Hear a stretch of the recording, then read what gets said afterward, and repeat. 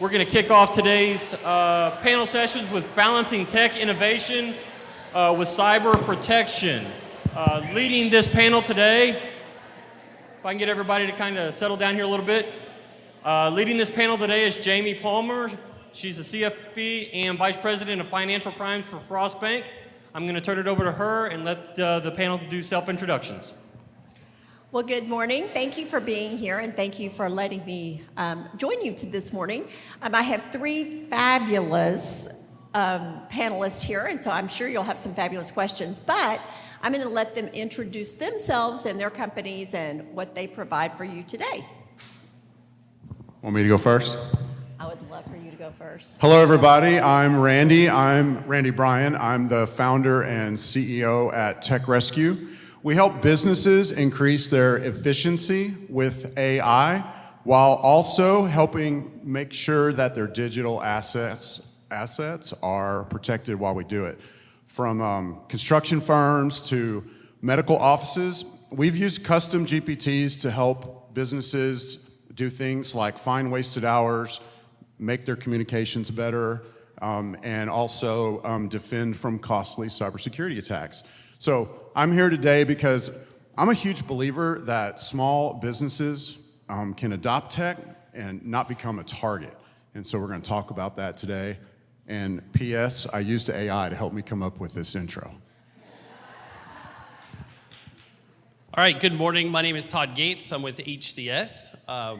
We just celebrated 25 years in the community.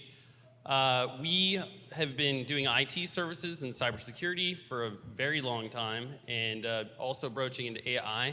Another thing that we're doing that's a little bit different is we're focused on compliance, so we've got a lot of standards that are coming up and or in place that we can help pave that path, and then also doing some VCSO work, or Virtual Chief Security Officer type work. Good morning. I'm Matt Mendoza. I'm the owner of Hill Country Help Desk based in Wimberley, Texas. Hill Country Help Desk helps small businesses with all their technology needs, so leveraging that technology while keeping it secure. I spent 14 years at Dell and a couple other large companies, like tech companies like that. And I like to volunteer in Wimberley. So I help Wimberley Valley Radio. I also help the Wimberley Valley Chamber of Commerce with their technology. But yeah, I'm just really excited to be here today and meet a lot of y'all and have a great discussion around cybersecurity. Excellent. Well, I do have some questions for the three of you guys, so I'm hoping you each can provide a very helpful insight for small businesses as far as when it goes to cyber fraud. I'm in the banking side of the industry, so obviously I see a lot of fraud, and especially with our small businesses. But just a question for you three. Many small business owners believe that they're too small to be a target for cyber fraud or any kind of fraud, if you will. But is it your experience, or is that a misconception, or are there truly some organizations that just fly under the radar for cybercrime? Yeah, I would say that even the smallest companies they're even more likely of a target. So nobody really goes under the radar, and 60% of small businesses actually think that they are too small to be a target and have no cybersecurity plan in place at all. And 42% of those small businesses have some kind of cybersecurity event in the last 12 months. So I think it's important to think of cybersecurity as a process, and 90% of the things that you can protect yourself against as a micro business are affordable. You know, you're capable of doing it. It's a thought process, and those are some of the things that I hope to talk about today.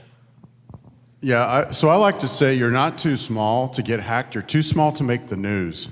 And also, you need to remember that a lot of the criminals that are attacking our businesses are in economies where if they were able to extract $25,000 from your business, it would be a game changer for them.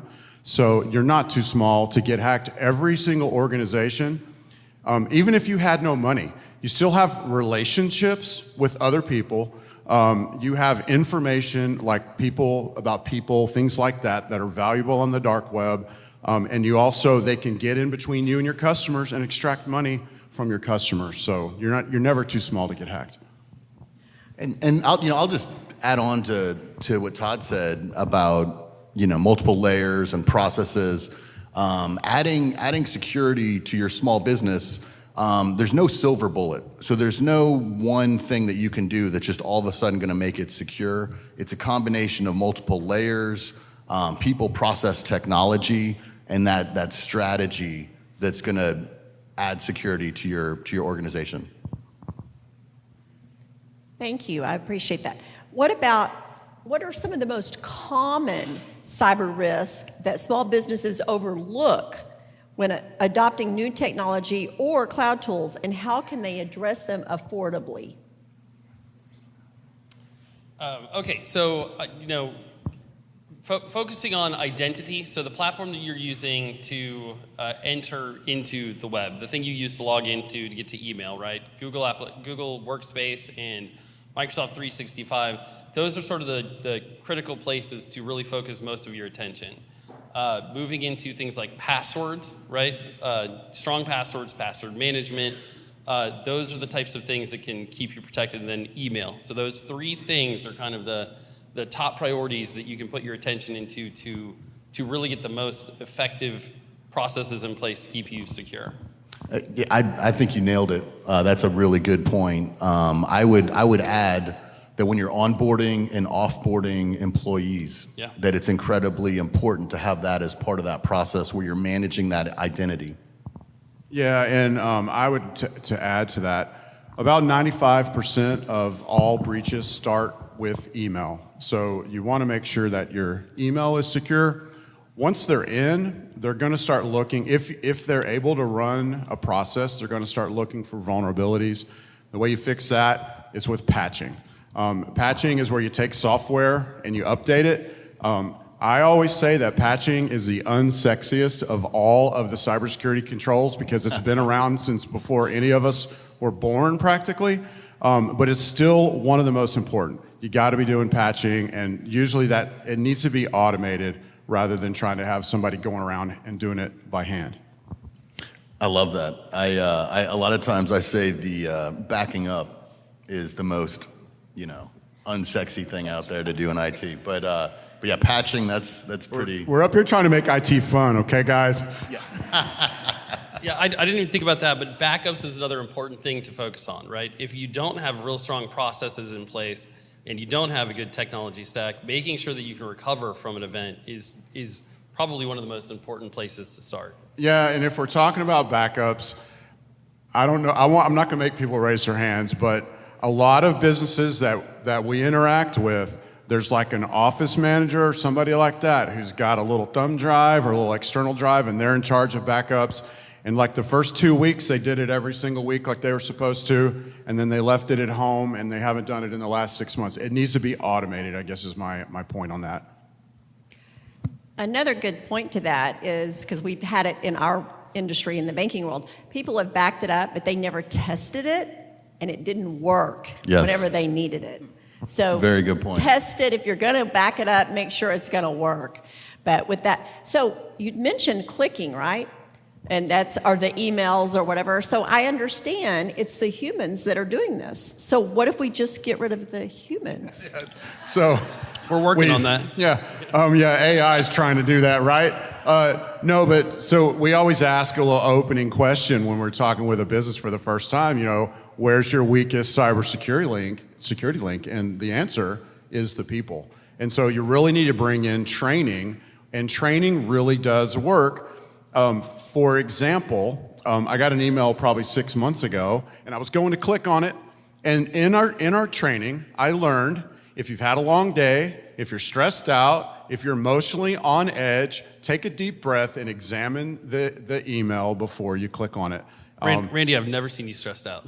Oh, yeah, well, you only see me at parties and stuff, Fair. And by that I mean chamber events. No, but seriously, but it made me stop and think, and so I literally did the thing where I moused over and all that. Turns out the email was fine, but the training really does work if it's encouraged from the top. And smart people do. Is your microphone on?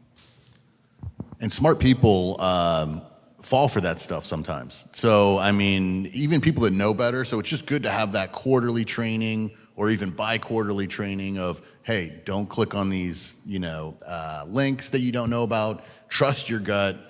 A lot of this stuff comes in the form of Microsoft attachments. So if it looks fishy, double check before you click on anything.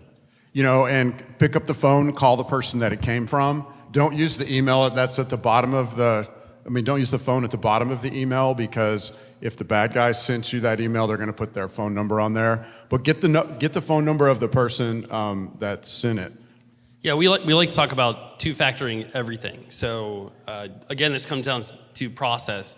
If you're dealing with wire transfers, construction, this happens quite a bit. You want to make sure that you're almost three-factor authenticating any changes to wire processes. You actually want to get a lot of that out of email altogether. So when it comes down to the sensitive stuff, get that into an in-person conversation. That's best because they're human.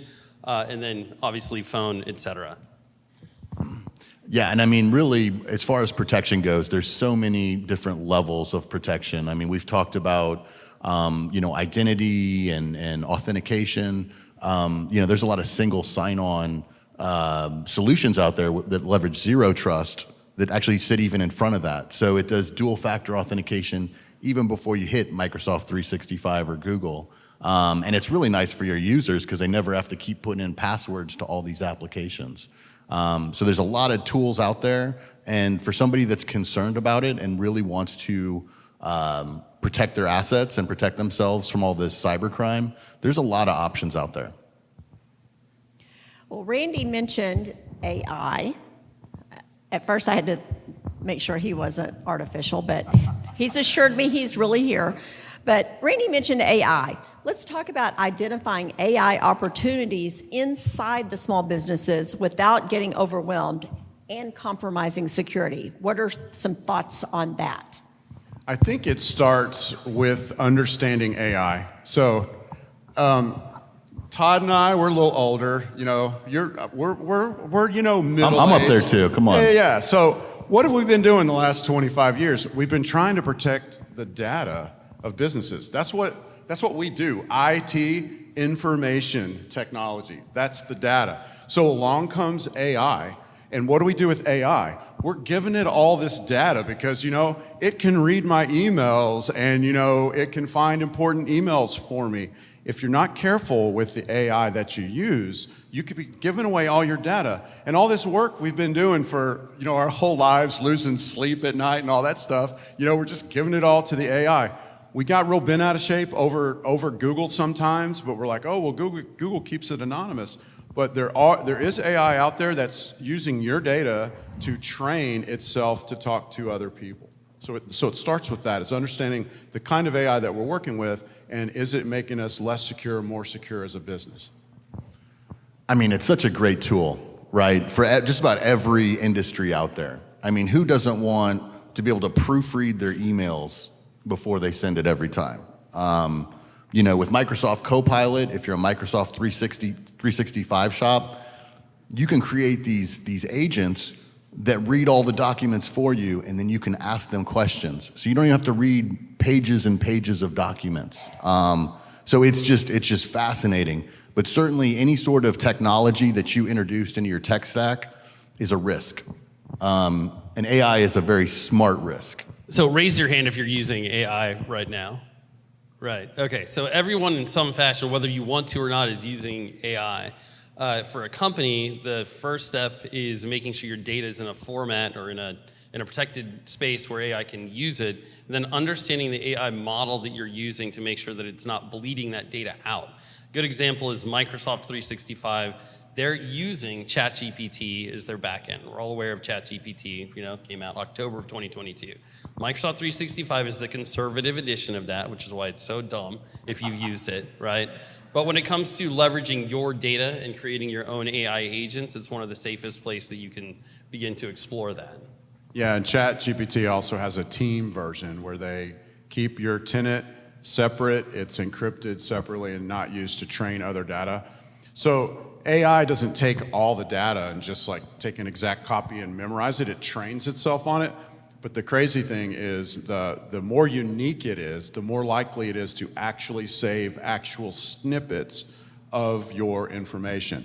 So somebody in like Minnesota who has like, nefarious intent could theoretically ask questions and get around the safeguards in place to pull your information out. Right. So if you had a lawyer, let's say, that was proofreading a will, right, and they used AI on that, it could have all kinds of personal information like a social security number, address, names, all that kind of stuff that somebody could pull out of AI if they knew what they were doing, if it's captured.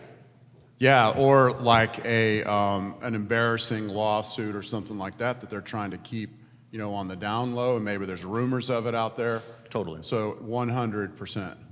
I would say not having control of AI in your workplace, right, is a challenge, because even if you, the owner, are doing what you can to protect your data from these types of safeguards, your employees are copying and pasting, putting them in whatever AI model makes sense, and it's gone, it's out there. So again, training and process comes into play.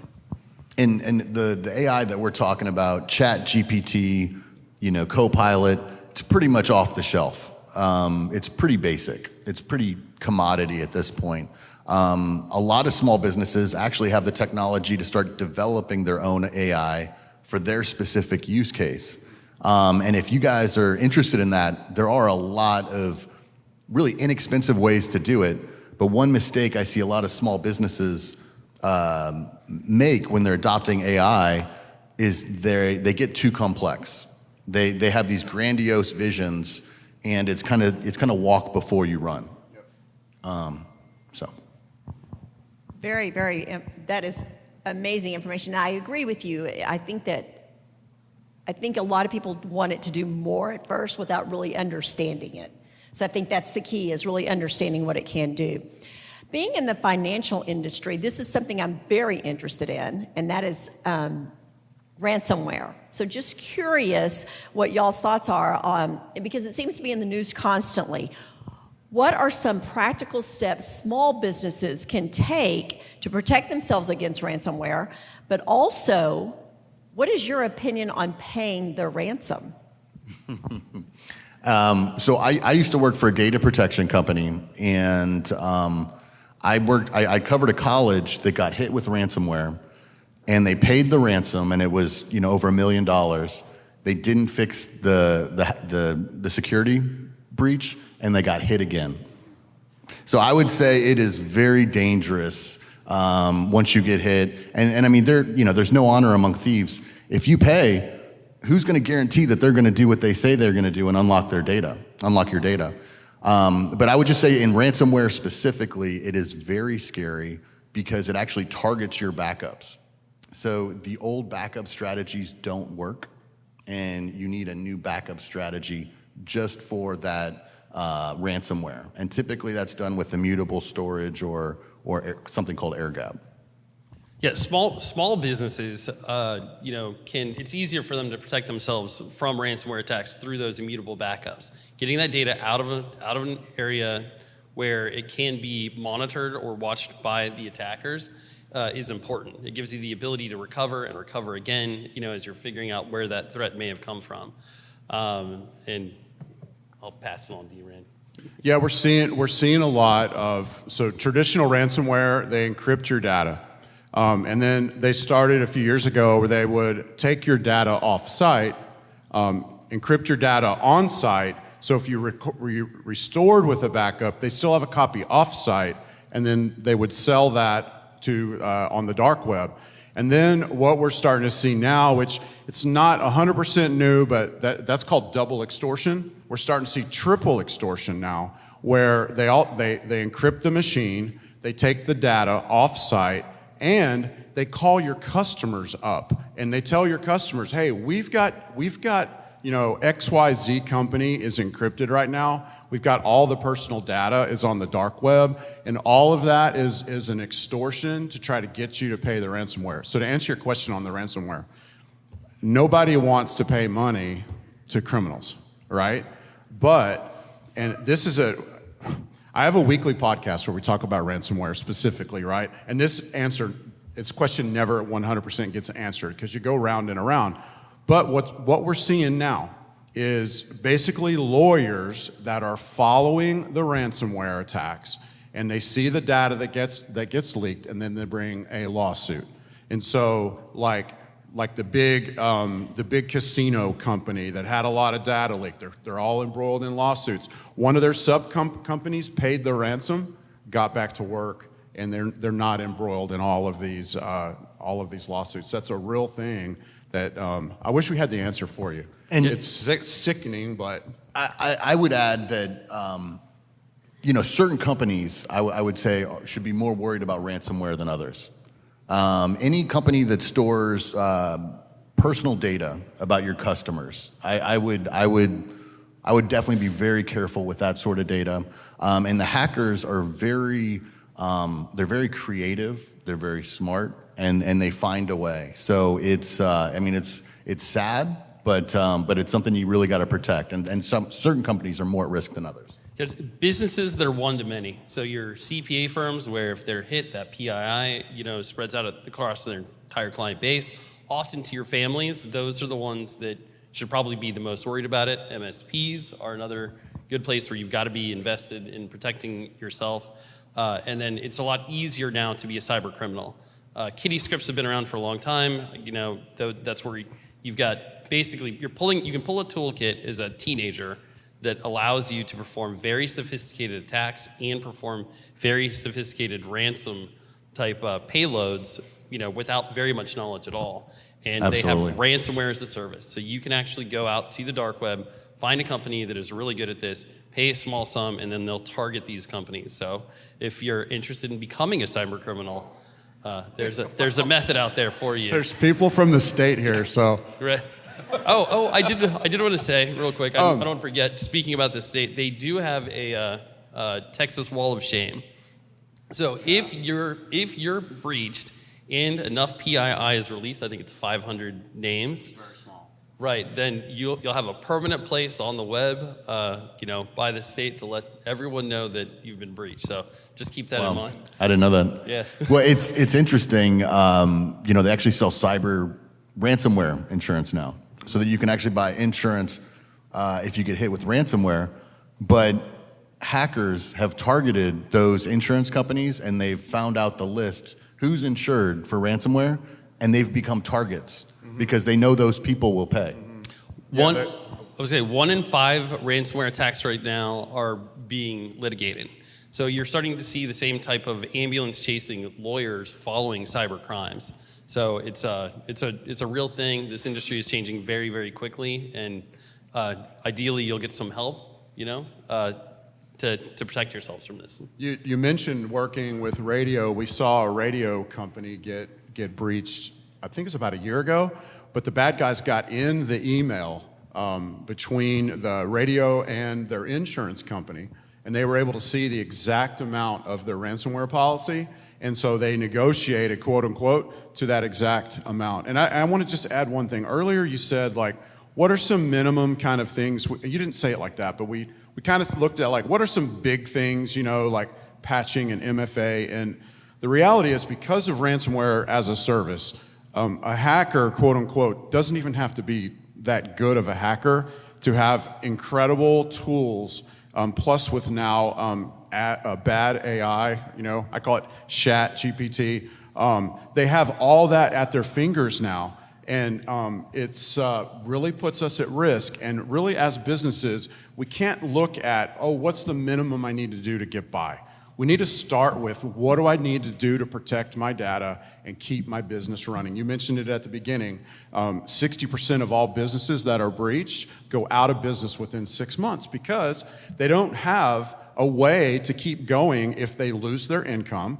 They lose employees if they don't have a way to pay employees. We saw a company come to us one time. The employees started dropping like flies because they're like, man, we don't want to get embroiled in all this. We don't know if we're going to get paid or whatever. So bottom line, your first question ought to be, what do I need to do to protect my data, protect my company, and keep my company running? It's funny, I've been doing but financial crimes for a while, right? And my very first crime was a business email compromise. And as I sit here today, and I've already looked at my emails, we are a Texas-only bank, and yet we've had 3 business email compromises this morning where people have sent in. And I think you have to think about, like you said, what would it do to your business if you paid $64,000 to the wrong person and the other person's still looking to you to pay the $64,000? You know, would it bankrupt your small business? And I think that we don't think about that yet, but if I was going on a trip with Randy and his wife and I owed them money, I won't even sell them the whole amount. I'll give them $1. But businesses will send out $400,000 or whatever. So it's very interesting that with your own money, you'll send $1 and go, did you get it? All right, I'll send the rest, right? Before you'll do the other. But with that, I did want to ask you, I did want to point out one thing. If you do have ransomware and you come in that day and all of a sudden everything is encrypted, your first call should be to your financial institution, to your banker. So if you don't have one, know who your banker is, because obviously you want your funds protected. And then the second one is, if you do have that insurance, call your insurance company. They can negotiate for you. You should not speak directly to those folks. If you have that insurance, let them take that on, because they have professional negotiation, which is sad, but they do. So with that, all right. So I would say, if you're getting hit with ransomware, maybe the first thing I would do is unplug my internet, and then I would call the financial institutions. But no, it's really scary, and a lot of people, when they get hit with ransomware, they actually were breached 6 months ago. Oh, yeah. So the hackers have just been hanging out in your environment, waiting for the right moment. So.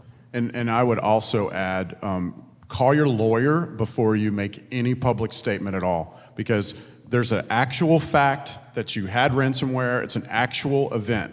What you say publicly could open yourself up to a bigger or smaller or no lawsuit at all. So it's very important that you get legal advice and you're transparent, but you need to say it the right way so you don't open yourself up to more lawsuits. So speaking to the idea that cybersecurity is a process, one of the places we like to start is with an incident response plan. When you have the plan in place already, assuming the event is going to occur, whether or not it occurs doesn't matter. You've got a very good list of things to do. Who do you call first? Who makes that call? Who's calling the PR firm? Who's calling the lawyer? Who's going to speak to insurance? And another thing on the insurance front is that insurance requirements are getting a lot harder. Not necessarily harder, but they're giving you stipulations that you have to follow. A lot of organizations have a cybersecurity rider. I'm not necessarily talking about that, but cyber insurance policies are going to force you or suggest to you, you need to follow an MFA rule, right? So multi-factor authentication, if you're not following that, let's say you have a $2 million insurance policy, a lot of those policies are then worth $20,000. So if you think you're covered and you're not following the guidance provided by those policies, you're going to be in big trouble. Yeah, it's considered gross negligence. So if you don't have the MFA turned on and you're not doing certain things and you have a breach and they're your insurance company, they're not just looking to write a check no matter what. They're going to see it. It's just like if you took drugs and went out and drove a car and got in a car crash. Your insurance is not going to be the same as if you were doing the right thing and just got in a wreck. So they'll consider it gross negligence, and they may not pay at all. Yeah, their goal is to not pay. So they are there to defend you in most capacities, but you're going to have an agent there whose goal is to spend as little money as possible to resolve this. Thank you for that. So now that we've talked about all of this crazy fraud, and I'm a little nervous, but with that being said, so I'm a small business and I really don't have, I'm starting out and I want to make sure I'm protected, but obviously I'm on a limited budget. So what are maybe the top 3 steps that I should consider as far as limiting my risk, but also a budget line item? What would you suggest? Because again, I'm very small, I have a very limited budget, but yet at the same time, I want my customers to trust me, right, with their information. So I like to think about this, from a top down or enterprise down, right? So what are they sort of reserving for cybersecurity as a budget? And that's about 3%. So 3% of gross. If you're in a franchise, you've got a marketing budget that you're forced to spend. At any gross capacity in a business, let's say you're doing $1 million, you want to consider spending at least that amount of money on cybersecurity. And it doesn't have to be so expensive if you're doing it yourself. If you're a solopreneur, you're still looking at some basics, that MFA.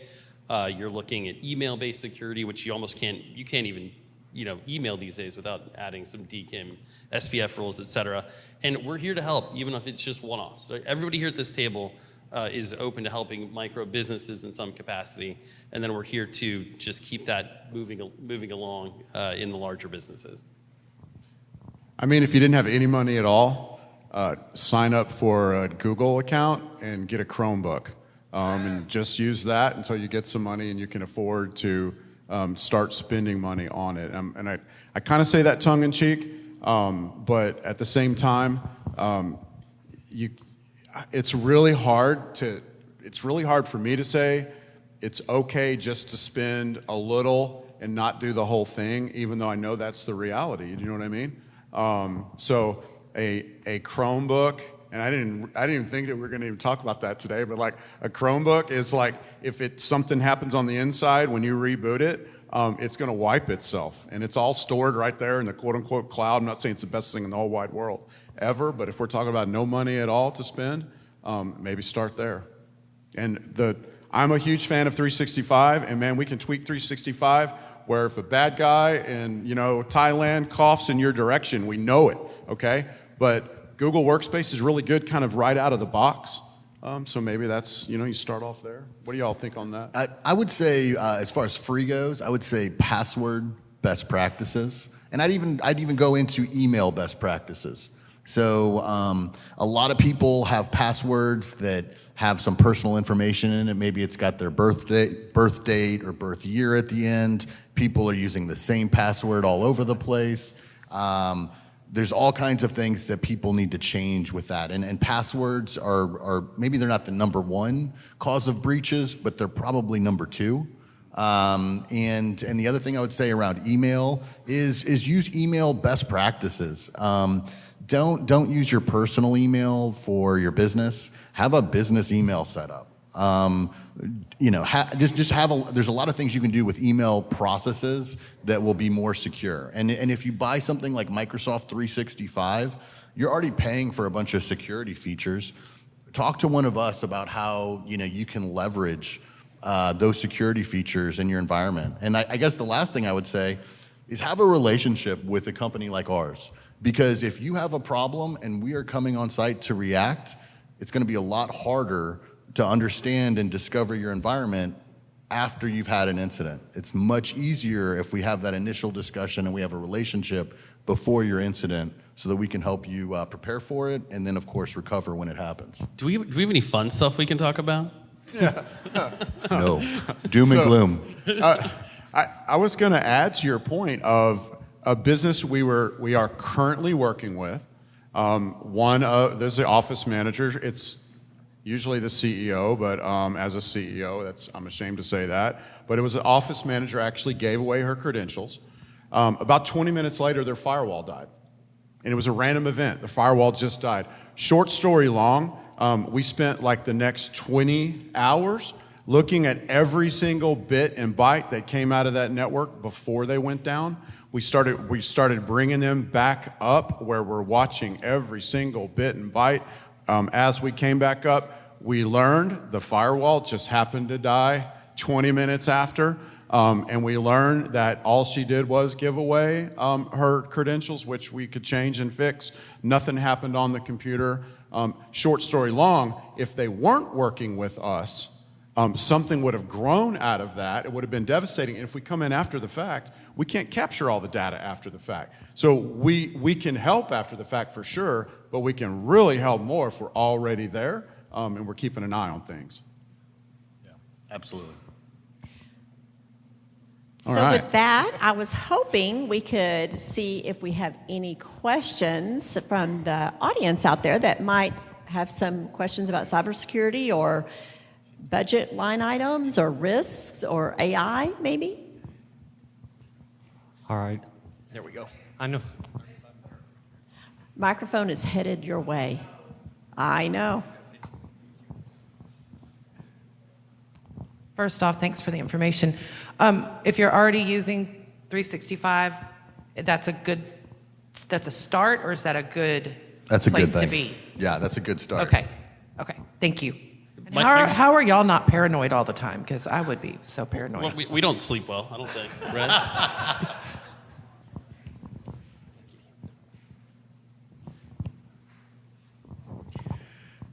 One thing I'd add to the discussion is people in businesses, we get calls every day from folks with the latest, greatest solution for whatever bugs us. When they call you and say, what's your security setup and how are things going, just hang up. Then go do a search and find your own company and reach out to them. Because a lot of businesses get hacked because they become complacent dealing with other business people thinking, hey, they're a good person, and they give away the keys of the kingdom in the process. Yeah, I think you're right, and that's one thing that's really scary about Facebook. I think Facebook should not be on anyone's computers if that you use them for work. It's fine that people use that, but there's so much social hacking that can go on with that. And you're always hearing about people's Facebook accounts getting hacked. And so somebody can actually send you a malicious link, right? And disguise it as something that they would normally send to you. So things like that are very scary. And yeah, you have to worry about somebody calling you for that kind of stuff, trying to troll up information. That's a great point. Larger businesses now, we focus a lot on micro businesses, but if you have an opportunity, right, you're 20 people strong, you're a $30 million company, right, a really good thing to add to your stack is third-party penetration testing. What this does is gives leadership at a company the ability to oversee effectively the security that's in place from their internal IT, from a co-managed setup, or from their managed service provider. It just gives you a much better place to start a conversation, and it holds everyone accountable. It doesn't matter who your IT people are. There are going to be things that a penetration test is going to find. There's nothing wrong with that. It's just that you want to stay ahead of it, and penetration testing is one of the only ways to do it. Yeah, we like to say that you need to do a cybersecurity risk assessment where you're assessing your risk. And even if you have an existing IT company, I did a Google search on search intent, which is what people are thinking about. And the majority of people that have an IT company, they struggle with poor communication with their IT company. They struggle with not knowing exactly what they're doing, which I think is part of poor communication. They also struggle with they are not sure if their IT company's doing the things to keep them safe. And so bring in a third party to do a pen test or cybersecurity risk assessment or both. Tell your existing IT guy, hey, if you're doing everything right, there's nothing to worry about, right? They might find a few things. That's everybody's human. There could be some things that are being missed, but it also gives the business owner peace of mind because then you know without a doubt. And I'm sure we've all done this. We've gone into situations where they're paying a lot of money for full stack cybersecurity, and we've gone in and done pen testing and cybersecurity risk assessment and never even raised an eyebrow of their existing. We call it we were able to act with impunity to do whatever we wanted to do and never even raise an eyebrow. Like, should have blown 1 billion gaskets. People should have been ripped out of bed, calling, saying, what's going on over there, and nothing. Yeah, so that's why the third-party part is real important. Yeah, we like to, it puts the owners back in the driver's seat. It's not a situation that we've had or had the opportunity to deal with in IT. You sort of hand the keys over, you're like, just do the thing, pray that everything's okay. The penetration tests give the opportunity to put you back in the driver's seat. Hi, okay, this is more from a banking perspective. So if you have a customer who has become a victim of a cyber attack, what kind of solutions do you offer to these clients? And do you also have preventive measures like seminars, training for those clients to keep them from becoming a victim? So I've got a customer that was hacked, and they had a banking issue. Actually, I've got about 3 or 4 customers that have a similar sort of hack story. And basically, they get a pop-up on their screen, and it says, you've been hacked, call this number, and it's either Google or Microsoft typically, and McAfee, yeah, that's another one.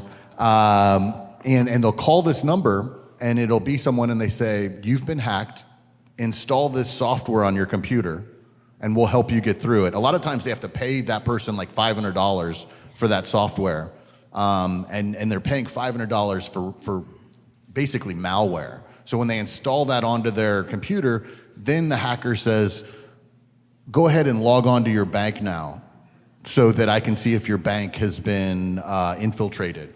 And most people at this point have hung up the phone, right? Because they realize it's a scam. I have at least one customer that went in and did that, and the hacker took out $20,000 out of his bank account because they installed a keystroke tracker. So when he logged in, he had his username and password, and they were able to extract 20 grand out of his bank account that he never got back. So I would say a lot of that stuff, it's just trusting your gut. Because a lot of times you just know it's not right. Even though they're impersonating themselves as Microsoft or Google, follow your gut. And Microsoft and Google are never going to tell you to call them. That's just never going to happen. What I was going to say to that, to your point, is a playbook. So what you're looking for is a playbook. If an event occurs, right, incident response plan, having that written out is a great thing. Most of your clients aren't going to have that sort of thing. But if you can Google a playbook for that specific type of incident, then there will be some very specific things that they can do. A lot of it's going to be education-based, changing passwords, going through the whole thing, but a playbook is what you're looking for. Yeah, we prefer to get new customers through referrals, which is our number one, probably all of us up here. But our number two way to get customers is people come to us because they've been hacked. And so when a customer comes to us and they've been hacked, we have to take a process of getting control of their cloud environments, getting control of their machines, getting control of their firewalls, basically building back. In my head, I imagine as building back from a beachhead and basically getting control and then keeping proactive measures in place so it doesn't happen again. I already made the joke once, if a bad guy in Ukraine coughs in your general direction, I want to get a notification about it. And I want to know if the bad guys are knocking at the door. I want to know what people, on a generic level, like what are they clicking on? What are they opening? What's going on in that business? So it's an answer of responding to what's there, getting them back on their feet where they can do business again, and then moving forward, keeping them in a place where they're most likely not going to get hacked. Although someone said it up here, I think you might have said it first, it's not a matter of if you're going to get hacked, it's a matter of when. It's like having a house down on the coast. It's not a matter if you're going to get a hurricane or not, it's a matter of when. So you need to be prepared when you do. You got to have the shutters, you got to have a contractor on your Rolodex, all that in place, your insurance lined out. Same thing with your business. When you get hacked, it is a matter of when. It's going to happen eventually, and you want to have the things in place so it becomes a blip. We call it limiting the blast radius. So it becomes a blip. Instead of ending your business, it might be 20 hours because the dang firewall died, or it's 90 minutes because you gave away your 365 credentials and we've got to do some research. That's the way we want it to be. And in the financial world, like Matt's had one customer that's had there too, we get it daily, but where they've given out their information. I will tell you, all of you guys that are small business owners, if you are using your banking, whatever bank or financial institution you're with, their commercial platform, be sure that you've logged into that bank site and maybe bookmarked that page, but do not Google that platform and click on it, because that happened to 13 of our customers. It was not our site. Someone emulated our site, and $3.9 million left our financial institution in 2 hours. Most of it we got back, but it's because they clicked in Google. So Google isn't your safest place to, we all do it, right? But just remember, when you're clicking, it could be someone emulating that person's website. So it happens, it happened to us, so I'm just letting y'all know. It's great advice. Your customers, educate them on their financial platforms, not to Google that, but to www.chase.com or frostbank.com or sunflower. Whatever, but not Google and then click. Good advice. There's a train of thought going now to, businesses are locking down better than they ever have before. And so the scammers, not necessarily hackers, but the scammers are now going after non-IT related pathways. So something to look into is pig butchering. Frost sent out an email about this in 2024. I noticed it literally a year ago. But I would say, I tell a lot of my customers to look at the Scam Inc. version of The Economist. It gets into the entire business model behind where this is coming from. It got to your point about these, or maybe it was you, but talking about how the countries that are exfiltrating all of this money from the United States don't have a lot of money to begin with, but it's all being funneled into buckets of billions of dollars. I mean, it's an insane business to come after U.S. businesses at any size. Okay, I'll try to make it fast. I am a very small business that is a team of one, and I know that my action plan is to text Todd, and not everybody has that action plan. So real quick, what is the first thing that we should do? What is our call to action, or y'all's call to action for all of us really small business owners here on what we can do? Because when, in answering the question on how much money should we invest in having our backup plan or whatever, what does that look like for us? Does that entail calling you, setting up a meeting, and then you cleaning up our stuff and saying, don't do this? Or is it workshops that you have for us? Like, give us something that we can do when we're done with this, other than be like, well, I can Google it and then mess up my computer more. We like to start every single, have a couple of kickoff appointments, if you will, to get to know each other, make sure we want to work with each other. But past that, we like to start off every engagement with a cybersecurity risk assessment. And the reason we do that is it gives us a picture of where, even if it's a solopreneur, give us the picture of where they are, gives us a picture of their machines, their cloud, machine maybe, cloud, and then it also gives the business owner an excellent picture of their risk. And then if you can see the risk, it's no longer just this generic, oh, I should be afraid, or maybe I shouldn't, or whatever. It's like a weight lifted off your shoulder, because here it is, and then here's what it takes to get rid of it, or to mitigate it is what we call it. It's like an insurance term. But that's where we like to start, is with a cybersecurity risk assessment.